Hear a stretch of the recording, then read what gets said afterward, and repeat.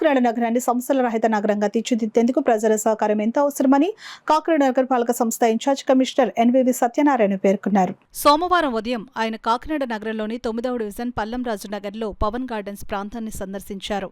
ఆ ప్రాంతంలో గల శ్రీ వెంకటేశ్వర స్వామి ఆలయం పరిసరాలు, పార్కులు, అలాగే ఆ ప్రాంతంలోని పారిశుద్ధ్య నిర్వహణ పనులను ఆయన పరిశీలించారు.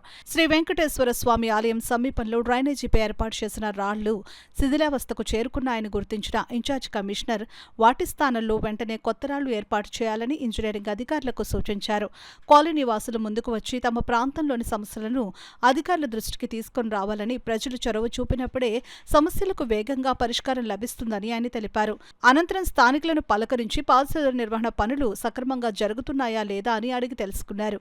ఈ సందర్భంగా ఇన్ఛార్జ్ కమిషనర్ ఎన్వీవి సత్యనారాయణ మాట్లాడుతూ కాకినాడ నగరాన్ని సమస్యల రహిత నగరంగా, క్లీన్ అండ్ గ్రీన్ సిటీగా తీర్చిదిద్దేందుకు ప్రజలు నగరపాలక సంస్థ అధికారులకు పూర్తి సహకారం అందించాలని పిలుపునిచ్చారు. నగర అభివృద్ధిలో ప్రజలు కూడా భాగస్వాములుగా మారాలని ఆయన అన్నారు. ఈ కార్యక్రమంలో health officer doctor Prithvicharan, sanitation supervisor Naidu, AE Ratnamala, sanitation inspector Sudarshan, సచివాలయ సిబ్బంది తదితరులు పాల్గొన్నారు. ఈ పండుగ వర్షాన్ని 3 రోజులు పండుగ సెలవులు రావడంతో కొంత డ్రైన్ క్లీనింగ్ లేదని ఫిర్యాదు రావడం జరిగింది. ఇప్పుడు వెంటనే మన మున్సిపల్ హెల్త్ ఆఫీసర్ గారిని ఇన్స్ట్రక్ట్ చేయడం జరిగింది. ఇక్కడ ఏదైతే ఈ డ్రైన్లు అనుకుని ఉన్నాయో అన్నీ కూడా క్లీన్ చేయడానికి, అదేవిధంగా పేరుపోయిన చెత్తనంతా కూడా రిమూవ్ చేయడానికి యాక్షన్ తీసుకున్నాం.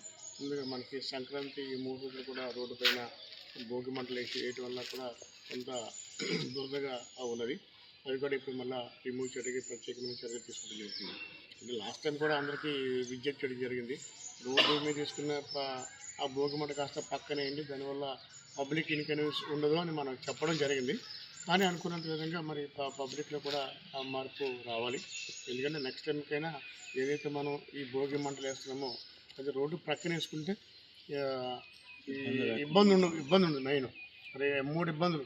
ఒకటి, చెత్త రోడ్డు మీద పెరిగిపోతుంది, దానివల్ల దుమ్ము ధూళి గాలికి ఎక్కి మళ్ళీ మన పాసెంజర్స్ ఎవరైతే ఉన్నారో వాళ్ళ ముఖం పైన పడడం, కళ్ళల్లో పడడం జరుగుతుంది.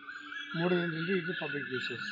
ఈ విధంగా రాకుండా మనం అందరూ ఎక్కువ చేయడం జరిగింది. కొంతవరకు మార్పులు ఇంకా కూడా మనకు మార్పులు రావాలి.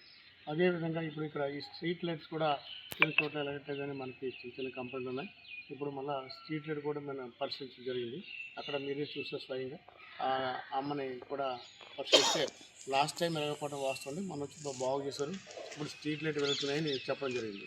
అదేవిధంగా డ్రింకింగ్ వాటర్ మీరే చూస్తారు. డ్రింకింగ్ వాటర్ కూడా మనం టెస్ట్ చేస్తాము. డ్రింకింగ్ వాటర్ ఈ ప్రాంతంలో ఎక్కడ కూడా సీపేజ్ వాటర్ ఏమీ లేదు. డ్రింకింగ్ వాటర్ మంచి డ్రింకింగ్ వాటరే 1.0 mm ఉండే విధంగా, క్లోరినేషన్ ఉండే విధంగా మనం డ్రింకింగ్ వాటర్ టెస్ట్ చేసాము. 6 గుడ్ డ్రింకింగ్ వాటర్స్ కమింగ్.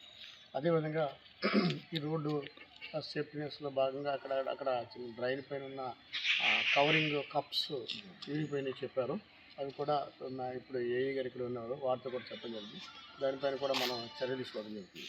ఇది ముఖ్యంగా ఈ క్లీన్ మన వారిని కూడా door to door garbage collection ఎలాగుంది, తడి చెత్త పొడి చెత్త ఇస్తున్నారు లేదని కూడా అడగడం జరిగింది. తడి చెత్త పొడి చెత్త డైలీ వచ్చి తీసుకుంటున్నారండి. The express satisfaction.